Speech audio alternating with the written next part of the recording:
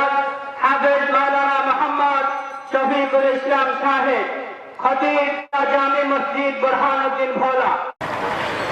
इन्नल हम्दलिल्लाहि नहमदुहु व नस्तईनुहु व नस्तगफिरुहु व नु'मिनु बिही व नतवक्कलु अलैहि व नऊज़ु बिल्लाहि मिन शुरूरि अनफुसिना व मिन सय्यिआति अअमालिना मन यहदिहिल्लाहु फला मुदिल्ल लहु व मन युद्लिल फला हादिय लहु ऐ फलन तजिद लहु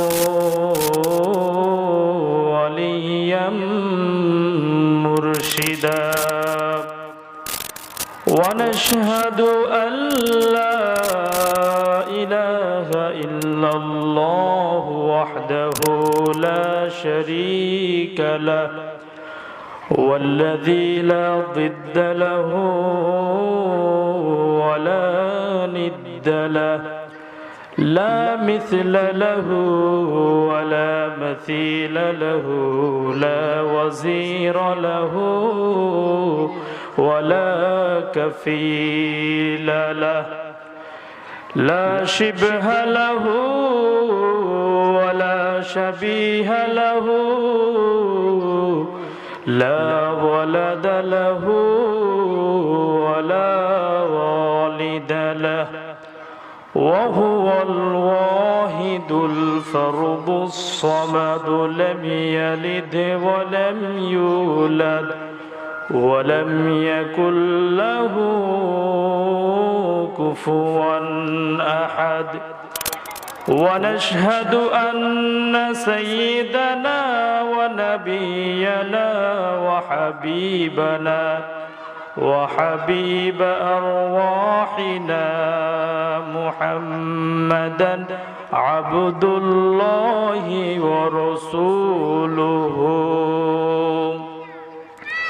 الذي أرسله بالحق بشيرا ونذيرا وداعيا إلى الله بإذنه وسراجا منيرا أما بعد فقد قال الله سبحانه وتعالى في كلامه المجيد وفي فرقانه الحميد أعوذ بالله من الشيطان الرجيم بسم الله الرحمن الرحيم القارعة ما القارعة وما أدراك ما القارعة إن الله وملائكته يصلون على النبي يا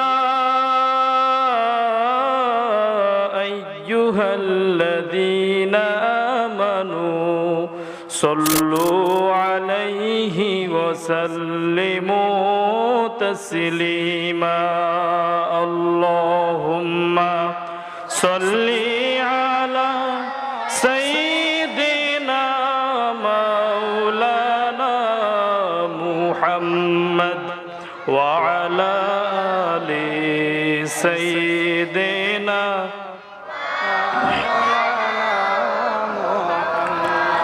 নবীর মোহাব্বতে জোরে জোরে পড়ি আল্লাহুম্মা সাল্লি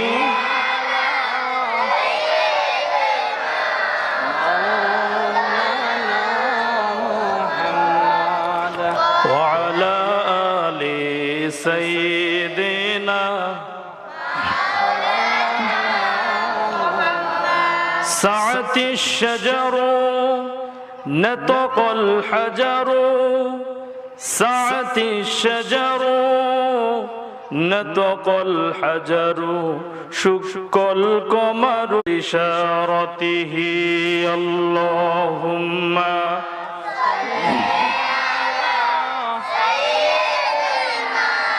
مولانا محمد وعلى آل سيدنا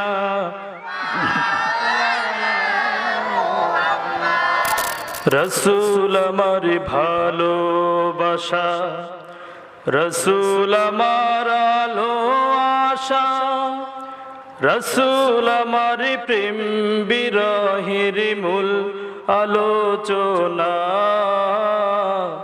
রসুল আমার কাজে কর্মের অনুপ্রেরণা আল্লাহুম্মা سيدنا مولانا محمد وعلى آله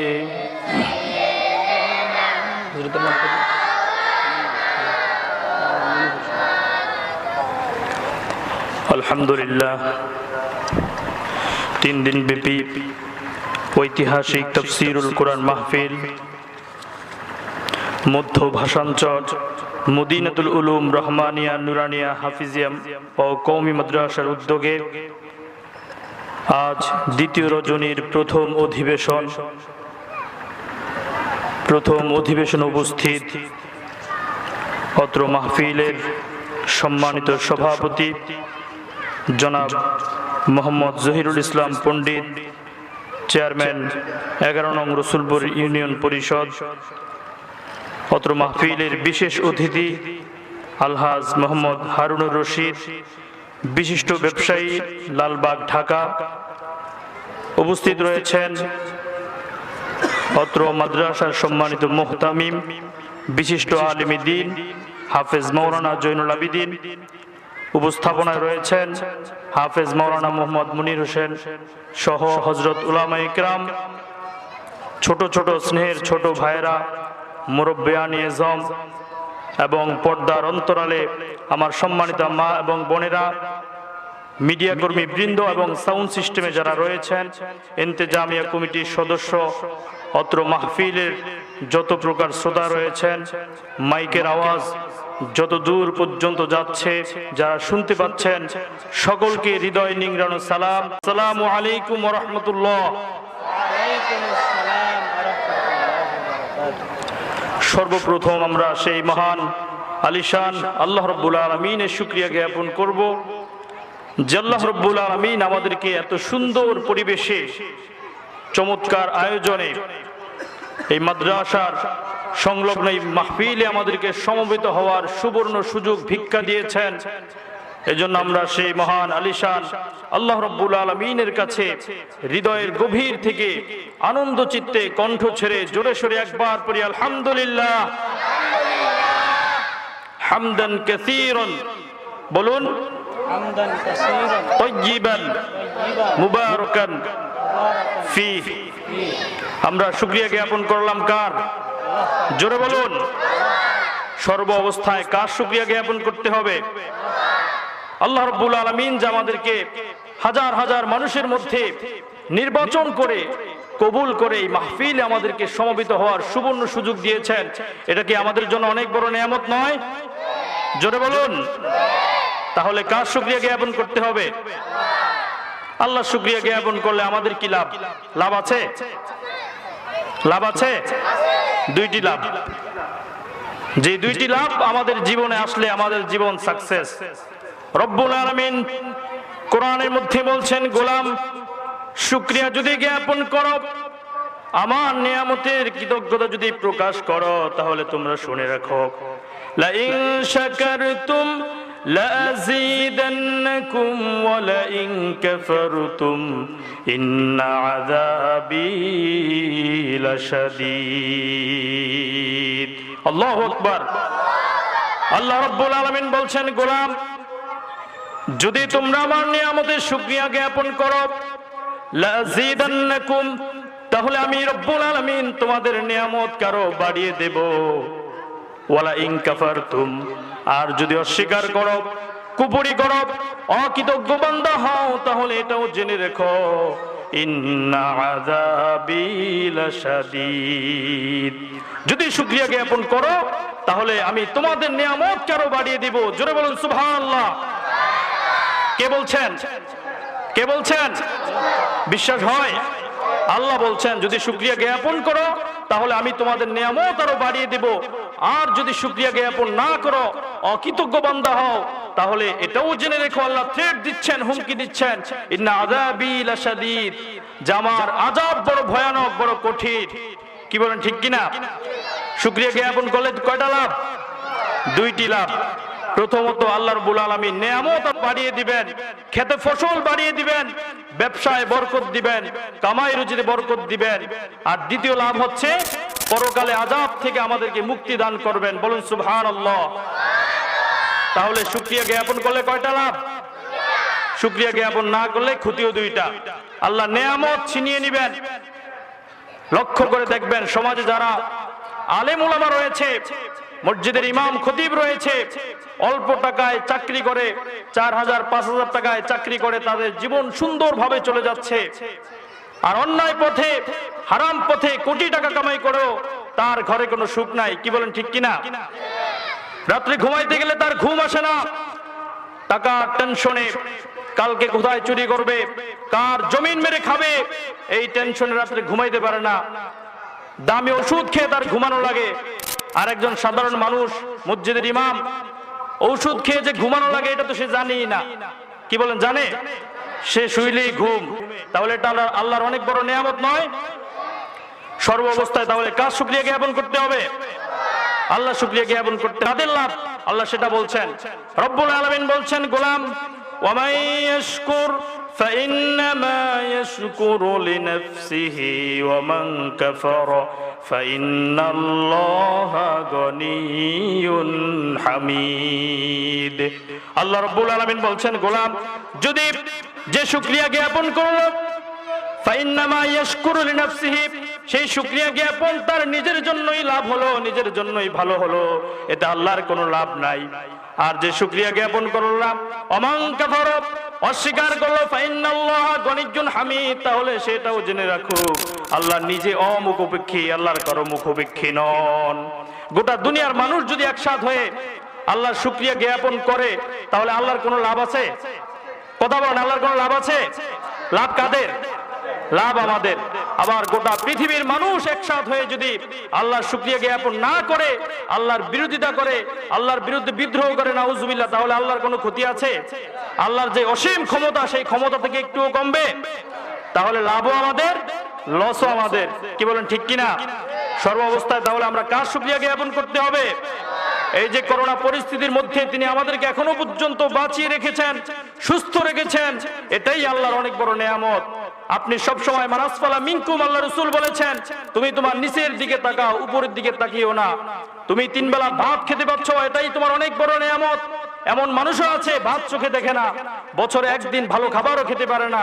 তুমি উপরের প্রতিযোগিতা তোমাকে পাগল করে দিয়েছে, সব সময় নিচের দিকে তাকাও। সম্মানিত উপস্থিতি, আল্লাহ রাব্বুল আলামিন আমাদেরকে সঠিক বুঝ দান করুক। সম্মানিত উপস্থিতি, এমন একটি মুবারক মাহফিল আমরা এসেছি, এমন একটি গুরুত্বপূর্ণ মাহফিল আমরা এসেছি, যে মাহফিলটি সম্পর্কে আল্লাহ রাব্বুল আলামিন আরশে আজিমে ফেরেশতাদের সম্মুখে এই মাহফিল নিয়ে আলোচনা করতেছেন। আল্লাহ রাসূলের হাদিস বলছে, এই মাদ্রাসার মাহফিল, যে মাদ্রাসা থেকে হাফেজে কোরআন বের হয়, এমন এক কোরআনের আলোচনা আমরা শুনতে এসেছি, যেই কোরআন একটি সভ্য অসভ্য জাতিকে সভ্য জাতিতে পরিণত করেছে, যেই কোরআন গোটা বিশ্বকে পরিবর্তন করে দিয়েছে, এমন একটি কোরআনের আলোচনা আমরা শুনতে এসেছি। এমন একটি কোরআনের প্রতিষ্ঠান এখানে রয়েছে। কোরআন এই সমাজকে পরিবর্তন করে দিয়েছে। খলিফা হযরত ওমর রাদিয়াল্লাহু তাআলা আনহুকে অর্ধ পৃথিবীর বাদশা বানিয়েছে। কোরআনের কাছে আসার কারণে হযরত ওমরের দাম বেড়েছে। আমরাও যদি কোরআনের কাছে আসতে পারি, কোরআনকে ভালোবাসতে পারি, কোরআনের হাফেজদেরকে ভালোবাসতে পারি, আলেম ওলামাদেরকে সম্মান করতে পারি, তাহলে আল্লাহ রাব্বুল আলামিন আমাদের মর্যাদাও বৃদ্ধি করে দিবেন। আল্লাহর হাবিব মুহাম্মদ সাল্লাল্লাহু আলাইহি ওয়াসাল্লাম বলেছেন, জালাহু আমামাহু কাদাহু ইলাল জান্নাহ।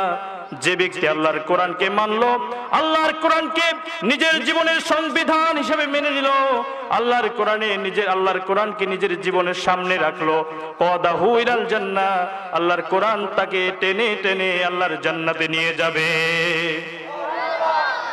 যে ব্যক্তি কোরআনকে মানলো, কোরআনকে সম্মান করলো, কোরআনকে ইজ্জত করলো, কাদাহু ইলাল জান্নাহ, আল্লাহর কোরআন তাকে জান্নাতে নিয়ে যাবে। আর যে ব্যক্তি কোরআনকে মানলো না, কোরআনকে সম্মান করলো না, কোরআনকে পিছনে রাখলো, আল্লাহর কোরআন তাকে জাহান্নামের দিকে নিয়ে যাবে। নাউজুবিল্লাহ। তাহলে কোরআনকে সম্মান করতে রাজি আছি আমরা? কথা বলুন মুসলমান। এই কোরআন যদি আপনার জীবনে, আপনি কোরআন দিয়ে নিজের জীবনকে পরিচালনা করতে পারেন, তাহলে আপনার জীবনে সফলতা অবশ্যই আসবে। হযরত ওমরের জন্য আল্লাহর হাবিব দোয়া করলেন, আল্লাহ রাব্বুল আলামিন, আল্লাহর হাবিব যেই দোয়া করেন, আল্লাহ রাব্বুল আলামিন সাথে সাথে সেই দোয়া কবুল করে নেন। বুখারী শরীফে একটি সহিহ বর্ণনা, আল্লাহর হাবিব মুহাম্মদ সাল্লাল্লাহু আলাইহি সাল্লামকে সবচেয়ে বেশি কষ্ট দিয়েছে আবু লাহাব এবং তার পরিবার বর্গ। একবার আবু লাহাবের ছেলে উতবা অথবা উতাইবা ইবনে আবি লাহাব ব্যবসার উদ্দেশ্যে রওনা করবে।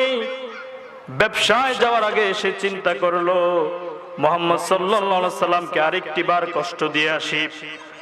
এই পাপিষ্ঠ তার পিতা আবু লাহাবের কাছ থেকে অনুমতি নিয়ে সে মুহাম্মদ সাল্লাল্লাহু আলাইহি সাল্লামের কাছে গেল। আল্লাহ রাসূলের সামনে গিয়ে আল্লাহ রাসূলকে মিথ্যাবাদী বলা শুরু করলো, আল্লাহ রাসূলকে কটূক্তি করা শুরু করলো, বাজে কথা বলা শুরু করলো। এক পর্যায়ে এই দুষ্ট পাপিষ্ঠ আল্লাহ রাসূলের দিকে থুতু নিক্ষেপ করলো। নাউজুবিল্লাহ। আল্লাহর হাবিবের দিকে যখন এই পাপিষ্ঠ নরাদম থুতু নিক্ষেপ করলো, আল্লাহ রাব্বুল আলামিন সেই থুতু ফেরেশতাদের মাধ্যমে আল্লাহ প্রতিহত করেছেন। আল্লাহ রাসূলের মুখ পর্যন্ত সেই থুতু পৌঁছাতে দেননি। আল্লাহ রাসূল আবু লাহাবের ছেলের এই আচরণে মনে কষ্ট পেয়েছেন, ব্যথা পেয়েছেন। ব্যথা পেয়ে আল্লাহর কাছে দোয়া করলেন, আল্লাহুম্মা সাল্লিত আলাইহি কালবাম মিন কিলাব। আল্লাহ আবু লাহাবের এই দুষ্ট ছেলেকে, আবু লাহাবের এই পাপিষ্ঠ ছেলেকে হিংস্র কুকুরগুলোর মধ্য থেকে একটি দিয়ে তাকে তুমি ধ্বংস করে দাও। আল্লাহর হাবিব যে দোয়া করেন সেই দোয়া আল্লাহ কবুল করে নেন। আবু লাহাবের ছেলে এই ঘটনাটি তার পিতা আবু লাহাবের কাছে যখন বর্ণনা করলো, আবু লাহাব চিন্তিত হয়ে পড়লো, পেরেশান হয়ে পড়লো, কারণ আল্লাহ রাসূল যে দোয়া করে সেই দোয়া কবুল হয়ে যায়, এটা আবু লাহাবও জানে। আবু লাহাব বুঝতে পারলো যে কোনো মুহূর্তে তার ছেলের উপর চরম বিপদ চলে আসতে পারে, কারণ মুহাম্মদ সাল্লাল্লাহু আলাইহি সাল্লাম তার ছেলের জন্য বদদোয়া করেছে। আবু লাহাবের ছেলে কাফেলার সাথে রওনা করলো। কিছু দূর যাওয়ার পরে একটা জায়গার মধ্যে তারা তাঁবু গাড়লো, সেখানে তারা বিশ্রাম নিল। কিছুক্ষণ পরে হঠাৎ করে জঙ্গল থেকে একটি হিংস্র বাঘ এই তাঁবুর দিকে তেড়ে আসছে। ওই বাঘটি যখন ওই তাঁবুর দিকে আসছে, তাঁবুর সবাই তখন ভীত সন্ত্রস্ত হয়ে পড়লো। বাঘটি আস্তে আস্তে তাঁবুর মধ্যে প্রবেশ করলো। তাঁবুর মধ্যে ঢুকে সবার কাছে গিয়ে ওই বাঘটি সবার শরীরের কাছে গিয়ে শুকতে লাগলো। কাউকে সে গ্রাস করলো না, কিন্তু আবু লাহাবের ছেলে উতবা অথবা উতাইবার কাছে যখন বাঘটি গেল, উতাইবাকে শুকে উতাইবার ঘাড়ে ধরে বাঘটি তাকে বাগানের দিকে নিয়ে গেল। ওই বাঘটি তাকে ছিঁড়ে ছিঁড়ে সাবার করে নিল। আল্লাহু আকবার।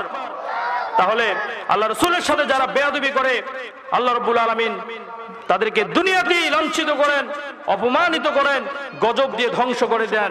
কিছুদিন আগে ফ্রান্সের এক পাপিষ্ঠ নরাধম, ফ্রান্সের প্রেসিডেন্ট, তার নেতৃত্বে আমাদের কলিজার টুকরো, সর্বকালের সর্বযুগের সর্বশ্রেষ্ঠ মহামানব বিশ্বনবী জনাবে মুহাম্মদ রাসূলুল্লাহ সাল্লাল্লাহু আলাইহি ওয়াসাল্লামকে নিয়ে কটূক্তি করার দুঃসাহস দেখিয়েছে। আমরাও এটা স্পষ্ট বলে দিতে চাই, আজ হোক কাল হোক ফ্রান্স নামক এই রাষ্ট্রের অস্তিত্ব একদিন ধুলোর সাথে মিশিয়ে যাবে। কি বলেন, ঠিক কিনা? সম্মানিত উপস্থিতি, আল্লাহ রাসূল যে দোয়া করেন, বলতেছিলাম আল্লাহ রাসূলের দোয়া আল্লাহ কবুল করে নেন। তাহাজ্জুদের নামাজের মধ্যে আল্লাহর হাবিব মুহাম্মদ সাল্লাল্লাহু আলাইহি ওয়াসাল্লাম দোয়া করলেন, আল্লাহ এই মক্কার জমিনে দ্বীনের দাওয়াত দিতে অনেক প্রতিবন্ধকতা সৃষ্টি হয়। মক্কার জমিনে নেতৃত্বস্থানীয় দুইজন ব্যক্তি, হযরত খাত্তাবের বেটা ওমর এবং হিশামের বেটা আবু জাহেল, এই দুইজনের একজনকে তুমি ইসলামের জন্য কবুল করো। আল্লাহর হাবিবের দোয়া আল্লাহ রাব্বুল আলামিন কবুল করলেন ওমরের জন্য। আল্লাহর হাবিবের দোয়া যখন আল্লাহ কবুল করলেন, তারপর থেকে ওমরের মনের মধ্যে আর কোনো কিছুই ভালো লাগে না। সে রাসূল সাল্লাল্লাহু আলাইহি সাল্লামকে ফলো করতে লাগলো। আল্লাহ রাসূল যদি ডানে যায়, ওমর ডানে যায়। আল্লাহ রাসূল যদি বামে যায়, ওমরও বামে যায়। ওমর তখনও কাফের ছিলেন। আল্লাহ রাসূল যেদিকে যান, ওমরও সেদিকে ফলো করে করে তার পিছু নেন। আল্লাহর হাবিব মুহাম্মদ সাল্লাল্লাহু আলাইহি সাল্লাম মসজিদুল হারামে সালাতুল ইশার নামাজ আদায় করতেছেন। সুমধুর সুরে তিনি কোরআনের বাণী তেলাওয়াত করতেছেন। আল্লাহ রাসূলের কণ্ঠ ছিল পৃথিবীর সবচাইতে সেরা কণ্ঠ। আমার মতো সলিমুদ্দিন আর কলিমুদ্দির মতো কণ্ঠ ছিল না। আল্লাহ রাসূলের সুর, সুমধুর সুরে তিনি মসজিদুল হারামে কোরআন তেলাওয়াত করতেছেন। আর হযরত ওমর পিছনে দাঁড়িয়ে আল্লাহ রাসূলের অজান্তে তার পিছনে দাঁড়িয়ে দাঁড়িয়ে আল্লাহ রাসূলের কোরআন তেলাওয়াত শুনতেছে আর তার হৃদয় এরকম দুলতেছে। আল্লাহর হাবিব সূরা হাক্কা তেলাওয়াত করতে লাগলেন। ওমর রাদিয়াল্লাহু তাআলা আনহু পিছনে দাঁড়িয়ে দাঁড়িয়ে খুব মনোযোগ সহকারে আল্লাহ রাসূলের তেলাওয়াত শুনতেছেন। ওমর অবাক হয়ে গেলেন, কোরআনে এত সুন্দর ছন্দমিল, এত সুন্দর শব্দ গাঁথনি, এত সুন্দর অন্তমিল কিভাবে হয়? ওমর চিন্তিত হয়ে বললেন, এটা কেমন তোর গ্রন্থ, এটা কেমন তোর কিতাব, এত সুন্দর করে কিভাবে তেলাওয়াত করা হয়? এত সুন্দর বাণী তো আমি আর কোনোদিন শুনি নাই। ওমর চিন্তা করলো, এটা মনে হয়, ওমর চিন্তা করলো আমাদের মুহাম্মদ সাল্লাল্লাহু আলাইহি সাল্লাম হয়তো তিনি কবি হয়ে গিয়েছেন, হয়তোবা তিনি অনেক বড় কবি, নাউজুবিল্লাহ। তিনি হয়তোবা অনেক বড় কবি, এই জন্য তিনি ছন্দ মিলিয়ে মিলিয়ে কোরআন তেলাওয়াত করছেন। হযরত ওমর মনে মনে কথা বলতেছেন। হযরত ওমর কিন্তু মনে মনে এটা বলতেছে, হয়তো মুহাম্মদ সাল্লাল্লাহু আলাইহি সাল্লাম বড় কবি হয়ে গেছেন, এই জন্য এত সুন্দর করে ছন্দ মিলিয়ে মিলিয়ে আল হাক্কা তুমাল হাক্কা ওয়া মা আদরাকা মাল হাক্কা, কি সুন্দর ছন্দ, কি সুন্দর অন্তমিল। এই জন্য ওমর মনে করেছে যে মুহাম্মদ সাল্লাল্লাহু আলাইহি সাল্লাম মনে হয় বড় কোনো কবি, মনে মনে কথা বলতেছে। রাসূল করিম সাল্লাল্লাহু আলাইহি সাল্লাম সূরা হাক্কা 41 নম্বর আয়াত তেলাওয়াত করলেন, ওয়া মা হুয়া বিকাউলি শাইরিন কলিলাম মা তুমিনুন। এই আয়াতের অর্থ হচ্ছে, এটি কোন কবির লেখা কোনো গ্রন্থ নয়, কোন কবির কোনো কাব্য গ্রন্থ নয়, তোমরা খুব কম লোকই ঈমান আনো।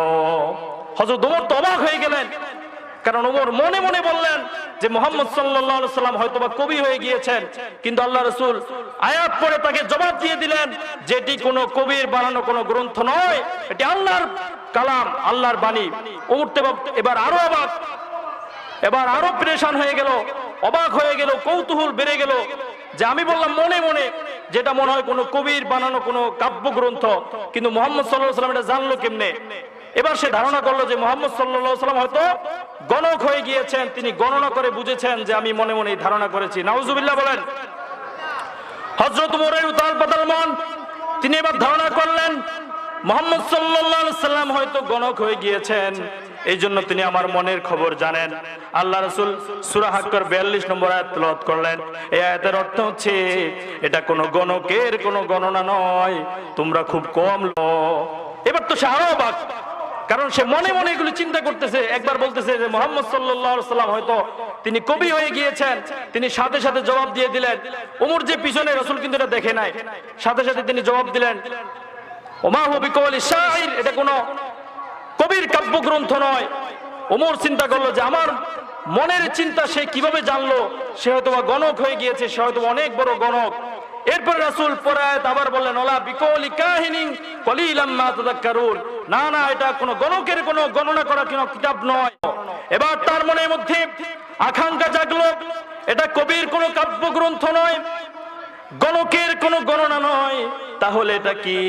আল্লাহ রাসূল তার পরে আবার জবাব দিচ্ছেন, তানজিলুম মির রাব্বিল আলামিন। আল্লাহু আকবার। আল্লাহ রাসূল পরে বলে দিলেন, এটা মহাবিশ্বের মহাবিশ্বয় সর্বকালের সর্বশ্রেষ্ঠ সর্বশেষ চূড়ান্ত আসমানি কিতাব, এটা মহান রব্বের পক্ষ থেকে একমাত্র নাজিলকৃত গ্রন্থ, মহাগ্রন্থ আল কোরআন। হযরত ওমর সূরা হাক্কার ধাক্কায় এবার তিনি আরো বেশি কাইট হয়ে গেলেন। হযরত ওমরের মনে শান্তি নাই। আল্লাহ রাব্বুল আলামিন তাকে হেদায়েতের দিকে ডাকছেন, আর শয়তান তাকে গুমরাহির দিকে ডাকার চেষ্টা করছে। হযরত ওমর উথাল পাতাল মন, মক্কায় ঘোষণা আসলো, নেতৃত্বস্থানীয় আবু জাহেল, আবু লাহাব তারা ঘোষণা করলো মুহাম্মদ সাল্লাল্লাহু আলাইহি সাল্লামের মাথা যে এনে দিতে পারবে তাকে অনেক স্বর্ণ মুদ্রা দিয়ে পুরস্কৃত করা হবে, রাসূল সাল্লাল্লাহু আলাইহি সাল্লামকে যে হত্যা করবে তাকে পুরস্কৃত করা হবে। ওমর রাজি হয়ে গেলেন। তিনি তরবারি নিয়ে মুহাম্মদ সাল্লাল্লাহু আলাইহি সাল্লামকে খুঁজতে লাগলেন। পথিমধ্যে একজন বেদুইনের সাথে দেখা হলো। সে জিজ্ঞাসা করলো, আপনি কোথায় যাচ্ছেন? ওমর বলল, মুহাম্মদ সাল্লাল্লাহু আলাইহি সাল্লামকে খতম করার জন্য যাচ্ছি। নাউজুবিল্লাহ। বেদুইন ব্যক্তি বলল, মুহাম্মদ সাল্লাল্লাহু আলাইহি সাল্লামকে হত্যা করার আগে তোমার পরিবার আগে সামলাও, তোমার ঘর সামলাও। তোমার ঘরে গিয়ে দেখো তোমার বোন আর তোমার ভগ্নিপতি ইসলাম ধর্ম গ্রহণ করেছে। ওমরের রক্ত এবার আরো মাথায় উঠে গেছে। আমার বোন আমার ভগ্নিপতি ইসলাম গ্রহণ করেছে, এ তো সহ্য করার মতো না। ওমর তরবারি নিয়ে বোনের বাড়ির দিকে ছুটল। দরজায় নক করা হলো। ভিতরে হযরত খুবাইব রাদিয়াল্লাহু তাআলা আনহু তিনি তাদেরকে সূরা তাহা শেখাচ্ছিলেন। এমন সময় হযরত ওমর চলে আসলো। খুবাইব রাদিয়াল্লাহু তাআলা আনহু ভয় পেয়ে তিনি বিছানার নিচে, খাটের নিচে লুকিয়ে গেলেন। ওমর দরজা খোলার জন্য তার বোনকে বলল। তার বোন যখন দরজা খুললো, ওমর তার বোন এবং ভগ্নিপতি সাঈদকে বেধড়ক মারধর করলো। মারতে মারতে রক্তাক্ত করলো, আহত করলো। এরপর ওমর বলল, তোরা কেন পাগল হয়েছিস? কি আছে মুহাম্মদের এই গ্রন্থের মধ্যে, কি আছে এই কোরআনের মধ্যে, কেন তোরা পাগল হলি? আমাকে দে, আমি একটু পড়ি। ওমরে বোন বলল, লা ইয়ামাসসুহু ইল্লাল মুতাহহারুন, এটি এমন গ্রন্থ নাপাক অবস্থায় এটি ধরা যায় না, ছোঁয়া যায় না। ওমর গোসল করে আসলেন, পবিত্র হয়ে তার বোনকে বললেন, এই গ্রন্থটি আমাকে দাও, এটি কেমন গ্রন্থ আমি একটু দেখতে চাই। হযরত ওমর তো আরবি বুঝতেন, তিনি ওই কোরআন কারীম নিয়ে তিনি পড়া শুরু করলেন। তাহা মা আনজালনা আলাইকাল কুরআনা লিতাশকা ইল্লা তাযকিরাতাল লিমান ইয়াখশা তানজিলাম মিম্মান খালাকাল আরদা ওয়াস সামাওয়াতিল উলা। আল্লাহু আকবার। হযরত ওমর এই কয়টা আয়াত পড়ে তার চোখ থেকে অঝর ঝরায় পানি ঝরতে লাগলো। তিনি বাচ্চা মানুষের মতো কেঁদে দিলেন।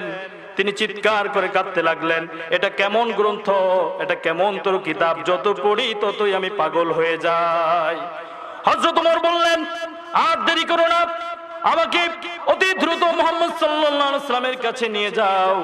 আমি অতি শীঘ্রই ইসলাম ধর্ম গ্রহণ করে মুসলমান হয়ে যেতে চাই। হযরত ওমর তরবারি তখন হাতে আল্লাহ রাসূলকে খুঁজতে লাগলেন। আইনা মুহাম্মদ সাল্লাল্লাহু আলাইহি ওয়াসাল্লাম, মুহাম্মদ সাল্লাল্লাহু আলাইহি ওয়াসাল্লাম কোথায়?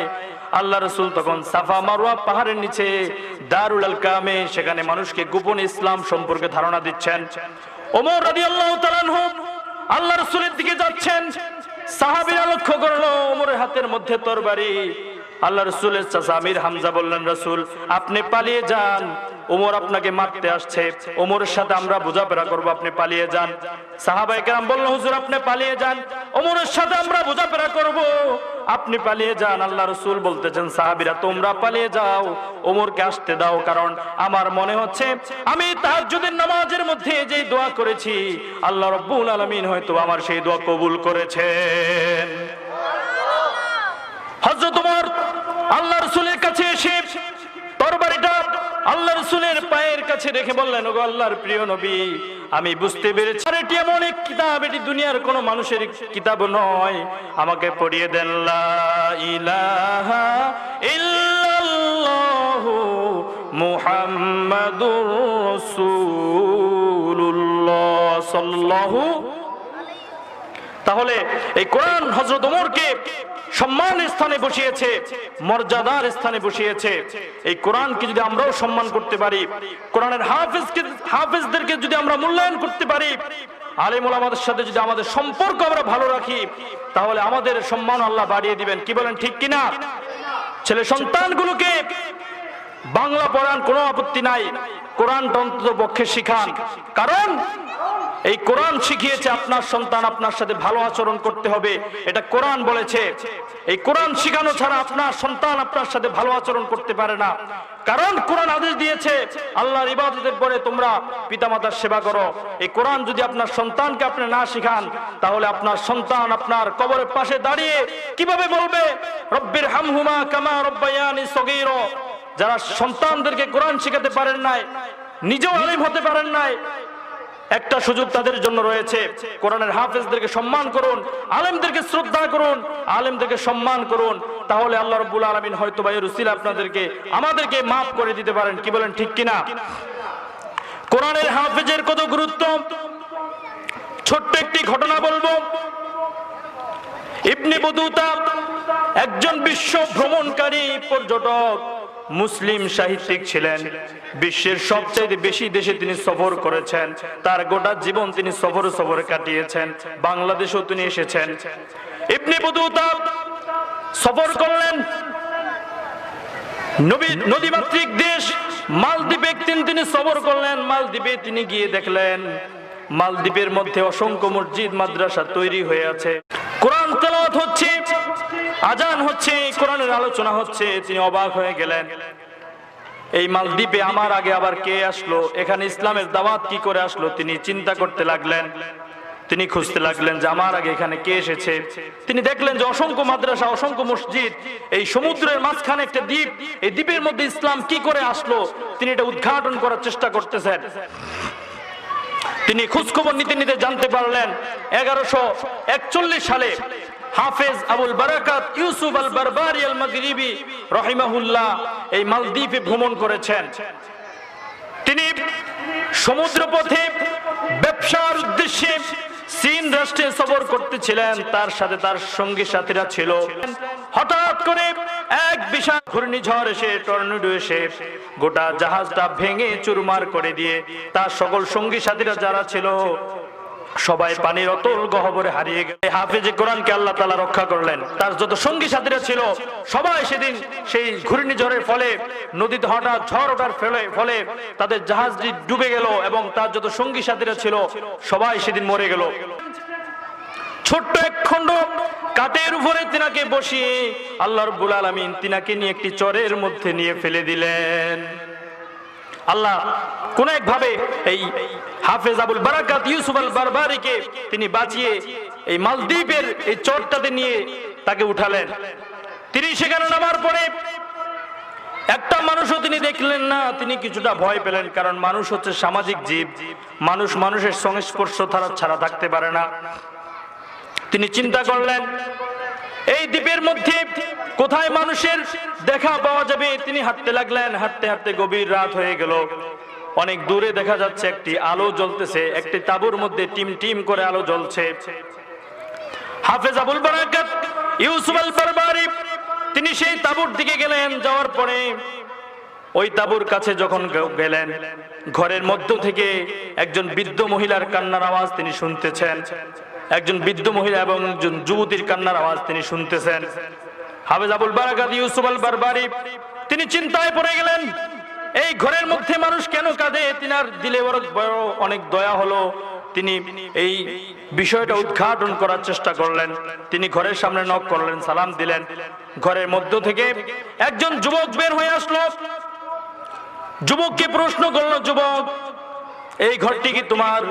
আর এই ঘরের মধ্যে যে কান্নার আওয়াজ শুনতেছে এরা কারা? কারা কান্না করতেছে? যুবক বলল, যে বৃদ্ধ মহিলাটির কান্না আপনি শুনতেছেন এই বৃদ্ধ মহিলাটি হচ্ছে আমার মা, আর যে যুবতী মেয়ের কান্নার আওয়াজ শুনতেছেন এই যুবতী মেয়েটি হচ্ছে আমার বোন। হাফেজ আবুল বারাকাত ইউসুফ আল বারবারি বললেন, কাঁদে কেন? সে খুলে বলল, প্রাচীন কাল থেকে একটি রীতি চলে আসছে, নিয়ম চলে আসছে। প্রতি বছর একটি সামুদ্রিক জিন সামুদ্রিক দৈত্য এই এলাকার মধ্যে ঢুকে এই এলাকার মধ্যে ত্রাস সৃষ্টি করে, মানুষের ক্ষয়ক্ষতি করে, সমুদ্রের বিশাল গর্জন নিয়ে এই এলাকাকে সে ডুবিয়ে দেয়। তার এই অত্যাচার থেকে বাঁচতে হলে আমাদের দেশে প্রতি বছর আমাদের একজন মানুষকে সেখানে বলি দেওয়া হয়, দেবালয়ের মধ্যে বলি দেওয়া হয়, নাউজুবিল্লাহ। তো প্রতি বছর একজন কুমারী মেয়েকে সিলেক্ট করা হয় লটারির মাধ্যমে। তো এই বছর এই লটারির মাধ্যমে আমার বোনের নাম এসেছে, আর কালকেই সেই দেবালয়ে নিয়ে যাওয়ার তারিখ। বাদশার লোক এসে আমার বোনকে নিয়ে যাবে, এই জন্য আমার মা এবং আমার বোন কান্নাকাটি করতেছেন। হাফেজ আবুল বারাকাত ইউসুফ আল বারবারি বললেন, অসম্ভব যে একজন মানুষের ক্ষতি করে অন্য মানুষ বাঁচবে, ক্ষতি থেকে বাঁচার জন্য একজন মানুষকে হত্যা করা হবে, এটা কিছুতেই মেনে নেওয়া যায় না। জোরে বলুন আল্লাহু আকবার। কারণ একজন মুসলিম জানে অন্যায়ভাবে একজন মানুষকে হত্যা করলে গোটা পৃথিবীর সব মানুষকে হত্যা করা হয়। হাফেজ আবুল বারাকাত ইউসুফ আল বারবারি বললেন, যুবক, তোমার বোনের যদি কোনো নতুন কোনো শাড়ি থাকে সেই শাড়িটা নিয়ে এসো, আমি সেই শাড়ি পরবো, আর আমি যাব তোমার বোনের পরিবর্তে সেই দেবালয়ে, দেখি সেই সামুদ্রিক দৈত্য কি ক্ষতি করতে পারে আমার। হাফেজ আবুল বারাকাত ইউসুফ আল বারবারি সুন্দর চেহারার মানুষ ছিলেন, টকবকে যুবক ছিলেন, দাড়ি এখনো ওঠে নাই, একেবারে যুবক ছিলেন।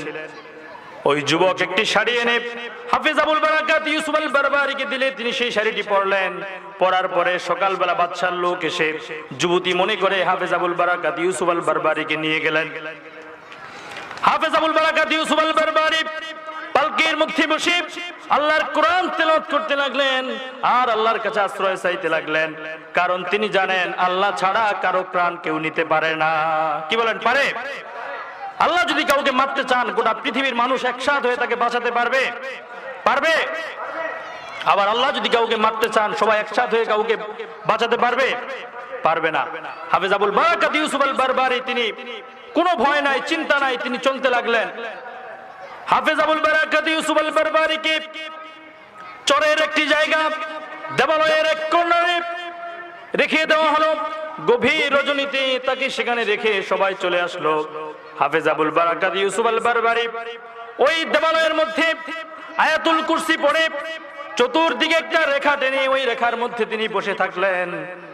কারণ আল্লাহ রসুলের হাদিস রয়েছে, আল্লাহ রসুল যখন জিনদেরকে তালিম দিতেন, জিনদেরকে যখন সবক দিতেন, আল্লাহ রসুলের সাহাবী আব্দুল্লাহ ইবনে মাসউদ আল্লাহ রসুলের সাথে থাকতেন। সহিহ বুখারী বর্ণনা, আব্দুল্লাহ ইবনে মাসউদ রাদিয়াল্লাহু তাআলা তিনি বর্ণনা করেন, আল্লাহ রসুল যখন জিনদেরকে তালিম দিতেন, জিনরা যখন তার কাছে দিন শিখতে আসতো, আল্লাহ রসুল আমাকে একটি রেখা টেনে আয়াতুল কুরসি পড়ে একটি রেখা টেনে ওই রেখার মধ্যে আমাকে বসিয়ে রাখতেন। হাফেজ আবুল বারাকাত ইউসুফ আল বারবারিও তিনি একই কাজ করলেন। তিনি আয়াতুল কুরসি পড়ে চতুর্দিকে একটি দাগ দিয়ে দাগের মধ্যে তিনি বসে থাকলেন। সবাই চলে গেল। হাফেজ আবুল বারাকাত ইউসুফ আল বারবারি গভীর রজনীতে সূরা ইয়াসিন, সূরা রহমান, সূরা মুলক পড়তে পড়তে আল্লাহর কালাম তেলাওয়াত করতে করতে গোটা রাত কাটিয়ে দিলেন। কিছুক্ষণ পরে রাত্রে যখন অর্ধাংশ শেষ হলো, ওই সামুদ্রিক দৈত্য বিশাল ত্রাস সৃষ্টি করে সাগরের মধ্যে ঢেউ তরঙ্গ সৃষ্টি করে ওই দেবালয়ের দিকে ধেয়ে আসছে। হাফেজ আবুল বারাকাত ইউসুফ আল বারবারি তিনি তখনও কোরআন তেলাওয়াত করতে লাগলেন। ওই সামুদ্রিক দৈত্যটা যখন ওই দেবালয়ে আসলো, হাফেজ আবুল বারাকাত ইউসুফ আল বারবারির কাছে ওই সামুদ্রিক বিশাল দানব যখন আসলো, হাফেজ আবুল বারাকাত ইউসুফ জোরে জোরে পড়তে লাগলেন, আলহামদুলিল্লাহি রাব্বিল আলামিন আর রহমানির রহিম মালিকি ইয়াউমিদ্দিন إياك نعبد وإياك نستعين اهدنا الصراط المستقيم صراط الذين أنعمت عليهم غير المغضوب عليهم ولا الضالين الله أكبر حافظ আবুল বারাকাত ইউসুফ আল বারবারি যখন সূরা ফাতিহা পড়ল, ওই সামুদ্রিক দৈত্য, সামুদ্রিক দানব, তার গোটা শরীরের মধ্যে আগুন ধরে গেল। আল্লাহু আকবার। ওই সামুদ্রিক দৈত্য গোটা শরীরের মধ্যে আগুন ধরে গেল। আগুনে ভস্ম হয়ে ওই সামুদ্রিক দৈত্যটা মরে ছারখার হয়ে গেল। হাফেজ আবুল বারাকাত ইউসুফ আল বারবারি তিনি জীবন্ত রয়েছে। এরপরে সকালবেলা বাদশার লোকজন লাশ নিতে আসলো, কারণ প্রতি বছর একটি কুমারী মেয়েকে ওখানে রেখে যাওয়া হয়। সামুদ্রিক দৈত্য এসে তার রক্তগুলো চুষে তার লাশটা ওখানে ফেলে রেখে যায়। সকালবেলা বাদশার লোক এসে ওই লাশটাকে প্রতিদিন নিয়ে যায়, কিন্তু বাদশার লোকজন লাশ নিতে এসে অবাক করা কাণ্ড দেখে তারা অবাক হয়ে গেল, কৌতূহল জাগলো। প্রতি বছর যা হয় এবছর হয়েছে তার উল্টোটা। প্রতি বছর যাকে দেবালয়ে রেখে আসা হয় সে মারা যায়, আর সামুদ্রিক দৈত্য সে চলে যায়। আর এই বছর এসে দেখছে সম্পূর্ণ উল্টোটা, যে যাকে রেখে গেছে সে বেঁচে আছে, কিন্তু সামুদ্রিক বিশাল এই দৈত্য সে মরে এখানে চিত হয়ে আছে। বাদশার লোকজন অবাক হয়ে বাদশাকে খবর দিলেন। বাদশা তার সৈন্য সামন্ত নিয়ে 70,000 সকল মানুষকে একত্রিত করে ওই দেবালয়ের কাছে আসলেন। বাদশা এসে বললেন, যুবতী। বাদশা তো আর জানে না যে এখানে যুবতী রয়েছে নাকি হাফেজ আবুল বারাকাত ইউসুফ আল বারবারি আছে। বাদশা এসে বললেন, যুবতী, কি এমন ঘটনা ঘটলো, কেমন কাণ্ড তুমি করলা যার কারণে এই দৈত্যটা মরে সাফ হয়ে গেল? আমাদেরকে সব ঘটনা খুলে বলো। হাফেজ আবুল বারাকাত ইউসুফ আল বারবারি তিনি দাঁড়িয়ে গাঁও থেকে শাড়িটা খুলে দবদবে এক সাদা যুবক, পাঞ্জাবি পরা, টুপি পরা এক যুবক বেরিয়ে আসলো। বাদশার লোকজন তো আরো অবাক হয়ে গেল, কিরে রেখে গেলাম একটা যুবতীকে, এ তো দেখছি একজন পুরুষ মানুষ। বাদশা বলল, যুবক ঘটনা কি খুলে বলো। হাফেজ আবুল বারাকাত ইউসুফ আল বারবারি বললেন, সব ঘটনা তার খুলে বললেন। বাদশা বললেন, তুমি কোথায় থেকে এসেছো? তিনি সব ঘটনা খুলে বললেন। এরপরে বাদশা বললেন, ওই জিনটাকে তুমি কি করে শায়েস্তা করলে, যে জিনটা প্রতি বছর আমাদের একজন একজন করে মানুষ হত্যা করে? হাফেজ আবুল বারাকাত ইউসুফ আল বারবারি বললেন, আমার কোন ব্যক্তিগত কোনো ক্ষমতা দিয়ে আমি এই জিনটাকে ধ্বংস করি নাই। আমি আল্লাহর কোরআন পড়ে, আল্লাহর কোরআন তেলাওয়াতের অ্যাকশনে এই জিনটা দুনিয়া থেকে খতম হয়েছে। বাদশা বললেন, বাদশা তো কোরআনের কথা কোনোদিন শুনে নাই, তারা হলো কাফের। বাদশা অবাক হয়ে গেলেন, বলো কি যুবক, তুমি এমন কি কিতাব পড়েছো, কি এমন মন্ত্র পড়েছো, যে মন্ত্র পড়ার কারণে একটি সামুদ্রিক বিশাল দৈত্য দানব সে ধ্বংস হয়ে গেল? আমাদেরকে একটু শোনাও। হাফেজ আবুল বারাকাত ইউসুফ আল বারবারি সুমধুর কণ্ঠে কোরআনের তেলাওয়াত করতে লাগলেন। ওই বাদশাহ লোকজন যারা ওখানে ছিল সবার চোখ থেকে অঝর ঝরায় পানি ঝরতে লাগলো। পানি ঝরতে ঝরতে সকলের বুক ভেসে গেল। ওই 70,000 লোক একসাথে বলে উঠলো, আল্লাহু আকবার। বাদশা বলল, যুবক কি এমন বাণী তুমি শোনালে, এটা কি শোনালে তুমি আমাদেরকে? জীবনে শুনলাম না এত সুন্দর তেলাওয়াত, এত সুন্দর এক বাণীর তেলাওয়াত তুমি আমাদেরকে শুনিয়েছো, আমাদের হৃদয় ভরে গেছে। যুবক, ও যুবক, তুমি যে ধর্ম গ্রহণ করে এসেছো, তুমি যে আল্লাহকে বিশ্বাস করো, আমি সহ আমার যত প্রজা রয়েছে, আমার যত সৈন্য সামন্ত রয়েছে, আমরা একসাথে 70,000 মানুষ পড়ে নিচ্ছি লা ইলাহা ইল্লাল্লাহু মুহাম্মাদুর রাসূলুল্লাহ। তাহলে একজন হাফেজের কোরআনের উসিলায় আল্লাহ তাআলা একটি দেশের মধ্যে ইসলামের পতাকাকে উড্ডীন করেছেন। তাহলে একজন হাফেজের কোরআনের মর্যাদা কত বেশি আপনি চিন্তা করতে পারেন। এই হাফেজদেরকে গুরুত্ব দেওয়ার দরকার আছে নাকি নাই? হাফেজের কোরআনদের সাথে সম্পর্ক রাখবো নাকি রাখবো না? আলেমদের সাথে সম্পর্ক রাখলে আমাদের জন্যই লাভ, আমাদের জন্যই কল্যাণ হবে। সম্মানিত উপস্থিতি, আজকে আমরা সংক্ষেপে এই সূরা কোরআনের মধ্যে আল্লাহ রাব্বুল আলামিন কি মেসেজ দিয়েছেন সেই বিষয়টা আমরা সংক্ষেপে আলোচনা করার চেষ্টা করব। রব্বুল আলামিন সূরা কোরআনের মধ্যে কিয়ামতের যে ভয়াবহতা রয়েছে, কিয়ামত যেভাবে সংঘটিত হবে, এই দৃশ্যগুলো সূরা কোরআনের মধ্যে রব্বুল আলামিন বর্ণনা করেছেন। একটি গ্রিন সিগন্যাল দিলেন, আল কারিআ, মহা দুর্ঘটনা। মাল কারিআ, কি সেই দুর্ঘটনা? ওয়া মা আদরাকা মাল কারিআ, সেই দুর্ঘটনাটি কি? আল্লাহ রাব্বুল আলামিন কিয়ামত সংঘটিত করার জন্য সিংহার মধ্যে 3টি ফু দেওয়ার জন্য এই পৃথিবীতে সৃষ্টির শুরু থেকে একজন ফেরেশতাকে নিযুক্ত করে রেখেছেন। এই ফেরেশতার নাম হচ্ছে ইসরাফিল। কি নাম বলেন? সৃষ্টির শুরু থেকে এই ফেরেশতা মুখের মধ্যে একটা বাঁশি নিয়ে, একটা সিংহা নিয়ে আল্লাহর হুকুমের অপেক্ষায় রয়েছেন। আল্লাহ যখনই হুকুম করবেন তখনই শুরু হয়ে যাবে আল কারিআ, তখনই শুরু হয়ে যাবে বিকট আওয়াজ, বিকট সাউন্ড। এই ফেরেশতা যখন অর্ডার পাবেন, সিংহার মধ্যে ফু দেওয়ার সাথে সাথে গোটা পৃথিবীটা কেঁপে উঠবে, পৃথিবীর বিল্ডিং গুলো দুমড়ে মুচড়ে যাবে, আকাশ থেকে তারকাগুলো ছিটকে ছিটকে জমিনের মধ্যে পড়বে, চন্দ্র আর সূর্যে কোনো আলো থাকবে না, সমুদ্রের পানিগুলি শুকিয়ে যাবে, সমুদ্র ফেটে যাবে, সমুদ্রের মাঝখান থেকে আগুনের লাভাগুলি বের হবে, গোটা পৃথিবীটা একটি ভূমিকম্প শুরু হয়ে যাবে। এই ভূমিকম্পের ফলে মানুষগুলো এক জায়গা থেকে অন্য জায়গায় ছিটকে ছিটকে পড়ে যাবে। এই বিকট আওয়াজের ফলে মানুষগুলো দিশেহারা হয়ে যাবে। আমরা আমাদের জীবনে সবচাইতে বেশি আওয়াজের কি শুনি? হঠাৎ করে যখন বিকট একটা আওয়াজ হয়, আকাশে যখন বিজলি পড়ে, আমরা ভয় পেয়ে যাই না? আর সেদিন ইসরাফিল যেই সিংহার মধ্যে ফু দিবেন, সেই ফুৎকারের আওয়াজ পৃথিবীর কোনো মানুষ কোনোদিন শুনেই নাই। ওই আওয়াজ এত ভয়ঙ্কর, ওই আওয়াজের ফলে গোটা পৃথিবীটা কেঁপে উঠবে, পৃথিবীর আকাশ থেকে তারকাগুলো ছিটকে ছিটকে জমিনের মধ্যে পড়বে, সাগর শুকিয়ে যাবে, নদী শুকিয়ে যাবে, নদীর মাঝখান থেকে আগুনের লাভা বের হবে, গোটা পৃথিবীটা একসাথে এরকম ভূকম্পন সৃষ্টি হবে। প্রথম ফুৎকারের ফলে গোটা পৃথিবীটা কেঁপে উঠবে, মানুষগুলো পোকা মাকড়ের মতো ছিটকে ছিটকে একদিক থেকে আরেক দিকে পড়ে যাবে, পাহাড়গুলো চূর্ণ বিচূর্ণ হয়ে উঠতে থাকবে। রব্বুল আলামিন বলেন, ইয়াউমা ইয়াকুনুন নাসু কাল ফারাশিল মাবসুস, সেদিন মানুষগুলো বিক্ষিপ্ত পতঙ্গের মতো নিক্ষিপ্ত হতে থাকবে।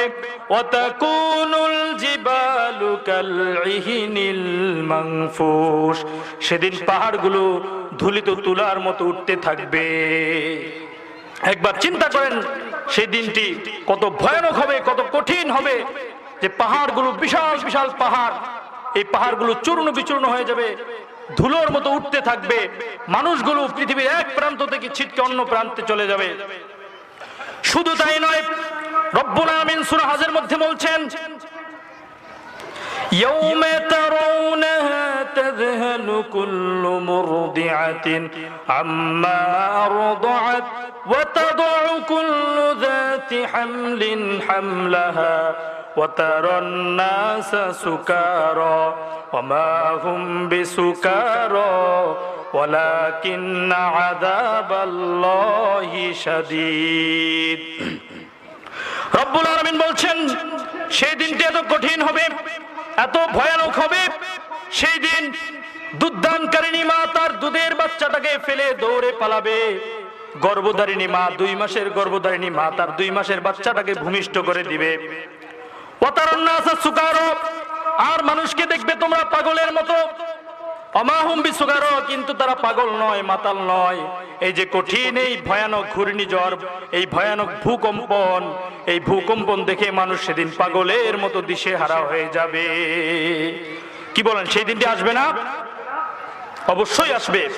মানুষের চোখে কোনো আলো থাকবে না, চক্ষু অন্ধকার হয়ে যাবে। রব্বুল আলামিন বলছেন, ফাইদা বারিকাল বাসারু ওয়া খাসাফাল কমারু ওয়া জুমিআশ শামসু ওয়াল কমার, সেদিন মানুষের চক্ষু অন্ধকার হয়ে যাবে, চোখে কোনো আলো দেখবে না, চন্দ্রে কোনো আলো থাকবে না, চন্দ্র সূর্যকে একাকার করে দেওয়া হবে, দুইটাকে একত্রিত করে দেওয়া হবে। মানুষ পাগল হয়ে বলবে, ইয়াকুলুল ইনসানু ইয়াউমাইযিন আইনাল মাফার, মানুষ বলবে পালাবার রাস্তা কোথায়, কোথায় পালাবো? মানুষ পালানোর রাস্তা খুঁজবে। আল্লাহ রাব্বুল আলামিন বলছেন, কাল্লা লা ওয়াসার, কখনো নয়, পালাতে পারবে না। ইলা রাব্বিকা ইয়াউমাইযিনিল মুস্তাকর, অবশ্যই তোমার রবের সামনে তোমাকে দাঁড়াতে হবে। কি বলেন, ঠিক কিনা? পালানোর কোনো সুযোগ আছে? শুধু কি বাংলাদেশে কিয়ামত হবে, বিশ্বের আর কোন রাষ্ট্র হবে না? গোটা পৃথিবীতে একসাথে শুরু হবে, পালিয়ে যাওয়ার কোনো পথ নাই, কোনো রাস্তা নাই। এই ভয়ানক আযাব তাদেরকেই ভোগ করতে হবে যাদের অন্তরের মধ্যে সরিষার দানা পরিমাণও ঈমান থাকবে না। ঈমানদাররা কিয়ামতের পূর্বেই একটা বাতাস দিয়ে আল্লাহ তাআলা সকল ঈমানদারদের রূহ কবজ করে ফেলবেন। কিয়ামতের ওই সময়টায় শুধুমাত্র বেঈমানরাই পৃথিবীতে থাকবে, কোন ঈমানদার মানুষ সেই সময় থাকবে না। ইসরাফিলকে আল্লাহ অর্ডার দিবেন,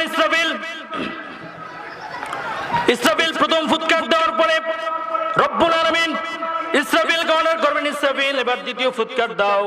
ইসরাফিল দ্বিতীয় ফুৎকার দেওয়ার সাথে সাথে পৃথিবীর সব মানুষগুলো মরে ছাপ হয়ে যাবে। প্রথম ফুৎকারে পৃথিবীর আকাশ থেকে তারকাগুলো ছিটকে ছিটকে জমিনে পড়বে, মানুষগুলো পাগলের মতো দৌড়দৌড়ি করবে, মানুষগুলো এক প্রান্ত থেকে অন্য প্রান্তে পোকামাকড়ের মতো ছিটকে ছিটকে পড়ে যাবে, আগুন বের হবে নদীর মধ্য থেকে, সমুদ্রের মধ্য থেকে। আর দ্বিতীয় ফুৎকার দেওয়ার সাথে সাথে আল্লাহ রাব্বুল আলামিন আজরাইলকে অর্ডার করবেন, গোটা পৃথিবীর সব মানুষকে মেরে ছাপ করে দাও, রূহ কবজ করে ফেলো। মালাকুল মউত যে আমাদের কাছে আসবে, এটা কি বিশ্বাস হয়? সবার বিশ্বাস হয়? বিশ্বাস করেন বা না করেন, মালাকুল মউত কিন্তু আমাদের কাছে ঠিকই আসবে। মালাকুল মউত মানুষের রূহটাকে দুই ভাবে কবজ করেন। লোকটি যদি ঈমানদার হয়, লোকটি যদি মুত্তাকি হয়, লোকটি যদি ফরজকার হয়, আল্লাহ রাসূল বলেন ইন্নাল আবদাল মুমিনা ইদা কানা ফি ইনকিতাইম মিনাদ দুনিয়া ওয়া ইকবালিম মিনাল আখিরাহ। কোন আল্লাহর প্রিয় বান্দা যখন দুনিয়া থেকে আখিরাতের দিকে রওনা করে, দুনিয়া থেকে বিদায় নেওয়ার সময় হয়, আকাশ থেকে আল্লাহ রহমতের ফেরেশতা নাজিল করেন। সেই ফেরেশতারা তার রূহের চতুর্দিকে বসে থাকে, তার চতুর্দিকে ফেরেশতারা বসে থাকে। ফেরেশতারা কাফান মিন আকফানিল জান্নাত, হানুত মিন হানুতিল জান্নাত, জান্নাত থেকে সুগন্ধযুক্ত রুমাল এনে ওই ইমানদার বান্দার পাশে বসে থাকে, তার রূহ কবজ করা পর্যন্ত তার কাছেই বসে থাকে। এরপরে মালাকুল মউত এসে ইমানদার বান্দার মাথার কাছে এসে বসে মালাকুল মউত তাকে বলে ইয়া আইয়ুহান নাফসুত তাইয়্যিবা উখরুজি ইলা মাগফিরাতিম মিনাল্লাহি ওয়া রিদওয়ান। ও পবিত্র আত্মা, ও সুন্দর আত্মা, ও আল্লাহর প্রিয় বান্দা, আল্লাহর ক্ষমা এবং সন্তুষ্টির দিকে বের হয়ে আসো। মালাকুল মউত তাকে আদর করে তার রূহটাকে বের করে কাফার মিন আকফালিল জান্নাত, হানুত মিন হানুতিল জান্নাত, জান্নাত থেকে আনা সেই সুগন্ধযুক্ত রুমালের মধ্যে তার রূহটাকে পেঁচিয়ে সেটিকে আকাশের দিকে নিয়ে যাওয়া হয়। আকাশের ফেরেশতারা প্রশ্ন করে কে পবিত্র আত্মা? ফেরেশতারা জবাব দেয় অমুকের ছেলে অমুক, অমুকের নাম, অমুকের পিতার নাম, সকল পরিচয় তার সম্মুখে তুলে ধরা হয়। আল্লাহ রাব্বুল আলামিন আকাশ থেকে ঘোষণা দেন আমার এই প্রিয় বান্দার আমল নামাটা ইল্লিয়িনে লিখে দাও এবং তার আত্মাটাকে তার দেহের কাছে পাঠিয়ে দাও। এরপরে তার আত্মাটাকে তার দেহের কাছে যখন পাঠিয়ে দেওয়া হয়, তাকে যখন কবরস্থ করা হয়, আল্লাহ রাসূল বলেন ইমানদার বান্দাকে যখন কবরস্থ করা হয়, কবরের দুইজন ফেরেশতা এসে তাকে প্রশ্ন করে, তাকে উঠিয়ে বসায়, বসে প্রশ্ন করে মার রব্বুকা। ইমানদার বান্দার সাথে সাথে জবাব দেয় রব্বি আল্লাহ। ফেরেশতা প্রশ্ন করে মা দীনুকা, তোমার ধর্ম কি? লোকটি ইমানদার, ইমানদার লোকটির সাথে সাথে জবাব দেয় দীনি আল ইসলাম, ইসলাম হচ্ছে আমার ধর্ম। এরপরে ফেরেশতারা তাকে বলে হাযার রাজুলু আল্লাযী বুইসা ফীকুম, এই লোকটিকে চেনো যাকে তোমাদের মধ্যে পাঠানো হয়েছে? ইমানদার বান্দা বলবে অবশ্যই তাকে আমি চিনি, তিনি আমাদের নবী, বিশ্ব নবী জনাবে মুহাম্মদুর রাসূলুল্লাহ সাল্লাল্লাহু।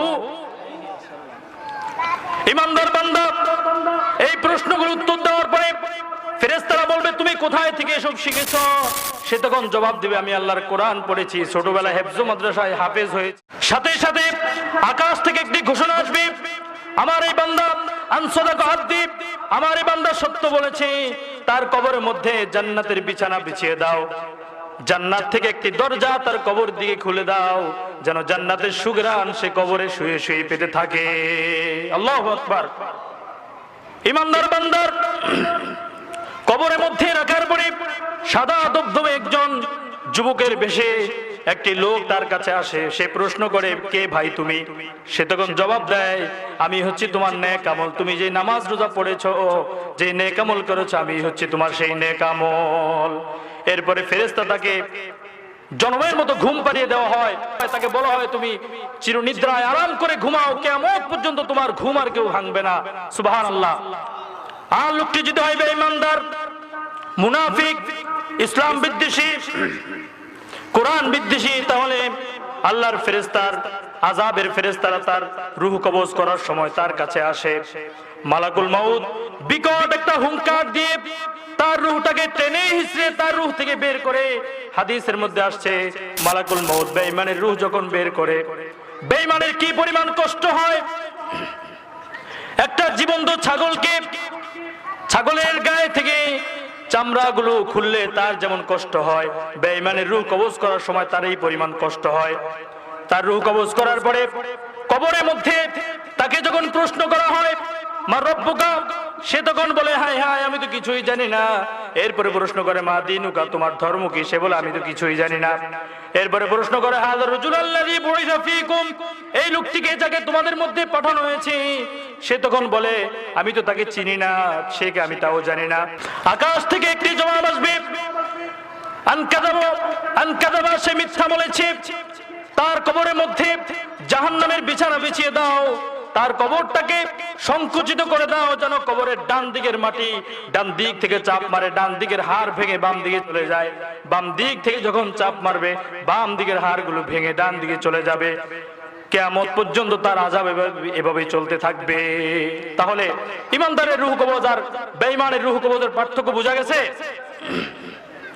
মালাকুল মাউতকে আল্লাহ ঘোষণা করবেন, মালাকুল মাউত সব মানুষের রূহ কবজ করে ফেলো। মালাকুল মাউত দ্বিতীয় ফুৎকারের পরে সব মানুষের রূহ কবজ করে ফেলবেন। আল্লাহ রাব্বুল আলামিন এরপরে বলবেন মালাকুল মাউত এবার সকল জিন জাতিদের রূহ কবজ করে ফেলো। মালাকুল মাউত সকল জিনদের রূহ কবজ করবেন।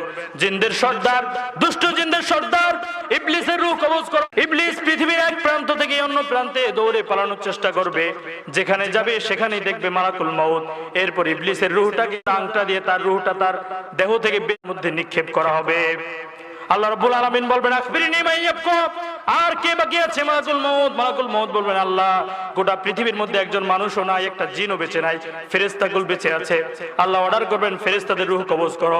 মালাকুল মাউত সকল ফেরেশতাদের রূহ কবজ করে ফেলবেন। আখবিরনি মা ইয়াবকা ইয়া মালাকুল মাউত, আল্লাহ প্রশ্ন করবেন মালাকুল মাউত আর কে কে বাকি আছে? মালাকুল মাউত বলবেন আল্লাহ গোটা পৃথিবীর মধ্যে একটা মানুষও নাই, জিনও নাই, এমনকি তোমার ফেরেশতাগুলো নাই, শুধুমাত্র আমরা 4 ফেরেশতা বাকি আছে, আর কেউ বেঁচে নাই।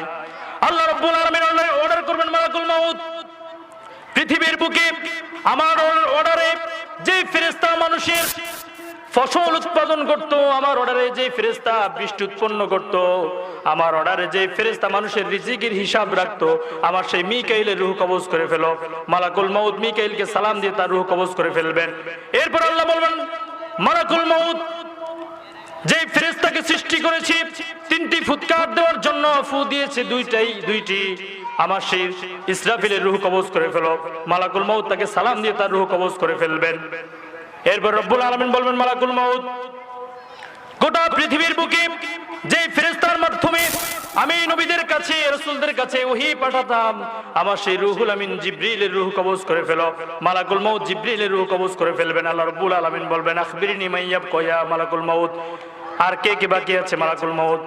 মালাকুল মাউত বলবেন আল্লাহ কেউ বেঁচে নাই, সব শেষ, মানুষ শেষ, জিন শেষ, ফেরেশতাগুলো শেষ, একমাত্র আমি বড় একা মালাকুল মাউত বেঁচে আছি। আরাম তাল হাইয়ুল কাইয়ুম, তুমি তো চিরঞ্জীব, তুমি তো মরবা না।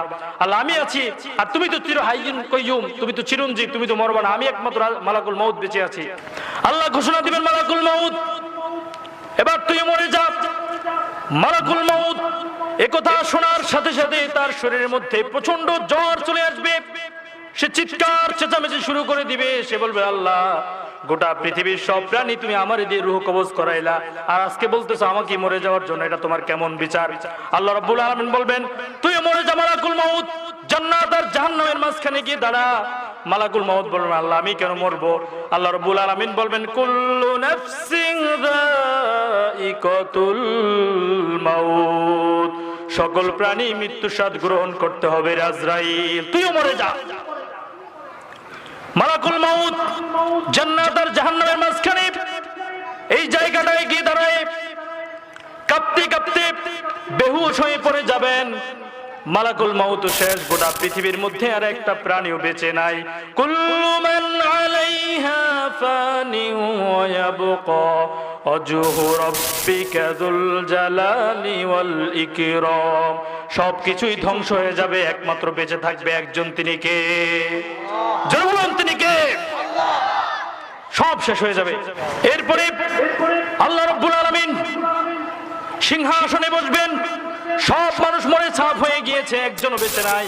আল্লাহ রাব্বুল আলামিন বলবেন, ইয়া আরদু আইনা আশজারুকি, ও পৃথিবী তোর উঁচু উঁচু গাছগুলো কোথায়? ইয়া আরদু আইনা আনহারুকি, ও পৃথিবী তোর নদীগুলো কোথায়? ইয়া আরদু আইনা জিবালুকি, ও পৃথিবী তোর পাহাড়গুলো কোথায়? কোথায় পৃথিবীর স্বৈর শাসকরা? কোথায় সেই নাফরমানরা যারা আল্লাহকে অস্বীকার করতা? আজকে কোথায় তোমাদের হুঙ্কার? আজকে কোথায় তোমাদের ক্ষমতা? লিমানিল মুলকুল ইয়াউম লিল্লাহিল ওয়াহিদিল কাহ্হার। আজকে রাজত্ব একমাত্র কার হাতে? কার হাতে? কেউ কোনো জবাব দিতে পারবে না, সব মরে ছাপ হয়ে থাকবে। এরপরে রব্বুল আলামিন সর্বপ্রথম ইসরাফিলের রূহ দিয়ে ইসরাফিলকে বা তৃতীয় ফুৎকার দেওয়ার জন্য তাকে সর্বপ্রথম জীবিত করবেন। এরপর আল্লাহ রাব্বুল আলামিন ইসরাফিলকে অর্ডার করবেন, ইসরাফিল তিনটা ফু দেওয়ার জন্য তোমাকে সৃষ্টি করা হয়েছে, ফু দিয়েছো দুইটা, বাকি একটা ফু দিয়ে তোমার ডিউটি তুমি শেষ করো। ইসরাফিল যখন তৃতীয় ফুৎকার দিবে, মিনহা খলাকনাকুম ওয়া ফিহা নুঈদুকুম ওয়া মিনহা নুখরিজুকুম তারাতান উখরা। ইসরাফিল যখন তৃতীয় ফুৎকার দিবে, তৃতীয় ফুৎকারের সাথে সাথে গোটা পৃথিবীর সব মানুষগুলো আবার জীবিত হয়ে আল্লাহর সম্মুখে দাঁড়িয়ে যাবে। পুরে ছাই হয়ে গিয়েছে, সেখান থেকে সে উঠবে। তিমি মাছ খেয়ে ফেলেছে, সেখান থেকে সে উঠবে। সাগরে ডুবে মরে গিয়েছে, সেখান থেকে উঠবে। কেউ সেদিন বাঁচতে পারবে? কোনো ছাড় নাই। সব মানুষ সেদিন দাঁড়িয়ে যাবে। আল্লাহ এত বেশি রাগান্বিত থাকবেন, ভয়ে কেউ কথা বলবে না, সবাই নীরব নিস্তব্ধ থাকবে। সেদিন যার আমলনামা ভালো হবে, যার মিজানের পাল্লায় যার আমলনামাটা ভালো হবে, তার কপাল ভালো। রব্বুল আলামিন বলছেন, فَأَمَّا مَنْ ثَقُلَتْ مَوَازِينُهُ فَهُوَ فِي عِيشَةٍ رَاضِيَةٍ। সেদিন যার আমলনামা ভালো হবে, তার সুখের কোনো সীমা থাকবে না। وَأَمَّا مَنْ خَفَّتْ مَوَازِينُهُ فَأُمُّهُ هَاوِيَةٌ। আর যার আমলনামাটা খারাপ হবে, যার বদের পাল্লা ভারী হবে, তার দুঃখের কোনো সীমা থাকবে না, সে হবে চির জাহান্নামী। তাহলে আমরা কি জান্নাতে যেতে চাই নাকি জাহান্নামে যেতে চাই? সেদিন মানুষ ছোট্ট গুনাহও যদি করে থাকে, আল্লাহ সেদিন সেটাও তার চোখের সামনে দেখাবেন। অবাক হয়ে যাবে, এটা কেমন তোর আমলনামা? আল্লাহর সম্মুখে হাজির করা হবে, অবাক হয়ে যাবে, চিন্তিত হয়ে যাবে। হায় রে, জীবনে যে ছোট্ট গুনাহটুকু করেছি, সেই গুনাহটুকু বাদ যায় নাই, বড় যে গুনাহটুকু করেছি সেটুকু বাদ যায় নাই, সব কিছু চলে এসেছে। আল্লাহর ফেরেশতারা সব কিছু রেকর্ড করে রেখেছে। যার আমলনামা ভালো হবে, ফাম্মা মান উতিয়া কিতাবাহু বিয়ামিনিহি, যার আমলনামা ভালো হবে, তার আমলনামা তার ডান হাতে দেওয়া হবে। ফাসাউফা ইউহাসাবু হিসাবান ইয়াসীরা। এরপরে ফেরেশতারা তাকে প্রশ্ন করবে, ওয়াকালা লাহুম খাজানাতুহা, তুমি এখানে কেন আসছো? তোমার কাছে কি ইসলামের দাওয়াত কেউ পৌঁছায় নাই? তোমাকে কি হুজুররা ইসলামের কথা বলে নাই? আল্লাহ রাসূলের বাণী কি তুমি শোনো নাই? কোরআনের আয়াত কি তুমি শোনো? ফেরেশতারা তাকে প্রশ্ন করবে, ও পাপিষ্ঠা, তুমি কেন জাহান্নামে আসছো? অকালাম খাজানাতুহা আলাম ইয়াতিকুম রাসূলুম মিনকুম ইয়াতলুনা আলাইকুম আয়াতি রাব্বিকুম ওয়া ইউনযিরুনাকুম লিকা ইয়াউমিকুম হাযা। আজকের এই যে কঠিন অবস্থা হবে, এটা কি তোমাকে কেউ বলে নাই? সে তখন মাথা নাড়িয়ে বলবে, কলু বালা, বলেছিল, কিন্তু আমি তা অস্বীকার করেছিলাম। আমার শক্তি ছিল, আমার যৌবন ছিল, সব দিয়ে আমি অস্বীকার করেছিলাম। আমি এমন নেতার পিছনে ঘুরেছি, যেই নেতা জীবনে নিজে নামাজ পড়ে নাই, কোনোদিন আমাকে নামাজের কথা বলে নাই। আজকে দুর্ভোগ আমার জন্য, আমি পৃথিবীতে এমন নেতার পিছনে ঘুরেছি, নেতা জীবনে নিজে নামাজ পড়ে নাই, কোনোদিন আমাকেও নামাজের কথা বলে নাই। তাকে এরপরে ফেরেশতারা ধাক্কা দিয়ে জাহান্নামের মধ্যে ফেলে দিয়ে বলবে, এই চিরস্থায়ী জাহান্নামী হবে তোর ঠিকানা। আর যার আমলনামা ভালো হবে, ওয়াসিকাল্লাযীনা তাকাউ রাব্বাহুম ইলাল জান্নাতি যুমারা, ফেরেশতারা তাকে আদরের সাথে স্নেহ করে জান্নাতের দিকে নিয়ে যাবে। হাত্তা ইযা জাউহা ফুতিয়াত আবওয়াবুহা, জান্নাতের কাছে যখন সে যাবে, ফেরেশতারা তার জন্য জান্নাতের দরজাগুলো খুলে দিবে। সুবহানাল্লাহ। এরপরে ফেরেশতারা তাকে সম্ভাষণ জানাবে, সুস্বাগতম জানাবে, শুভেচ্ছা জানাবে। এরপরে তাকে সেই জান্নাতে চিরদিনের জন্য থাকার জন্য অভ্যর্থনা জানানো হবে। সে তখন আল্লাহর শুকরিয়া জ্ঞাপন করে চির সুখের জান্নাতে সে চিরজীবনের জন্য বসবাস করতে থাকবে। সম্মানিত উপস্থিতি, আমরা যতটুকু আলোচনা করেছি, শুরুতে আমরা কোরআনের মর্যাদা সম্পর্কে সংক্ষিপ্ত আলোচনা করেছি এবং কিয়ামতের ভয়াবহতা সম্পর্কে অতি সংক্ষেপে কিছু কথাবার্তা বলার চেষ্টা আমরা করেছি। যতটুকু কথা আমরা বলেছি, আল্লাহ রাব্বুল আলামিন এই কথাগুলো সর্বপ্রথম আমাকে নিজেকে আমল করা তৌফিক দান করুক এবং আপনারা যারা শুনেছেন আপনাদের সকলকে এই কথাগুলো আমল করে জান্নাত উপযোগী একজন মানুষ হিসেবে কবুল ও মঞ্জুর করুক। বলুন আল্লাহুম্মা আমিন। ওয়া মা তৌফিক ইল্লা বিল্লাহ। আসসালামু আলাইকুম ওয়া রাহমাতুল্লাহ।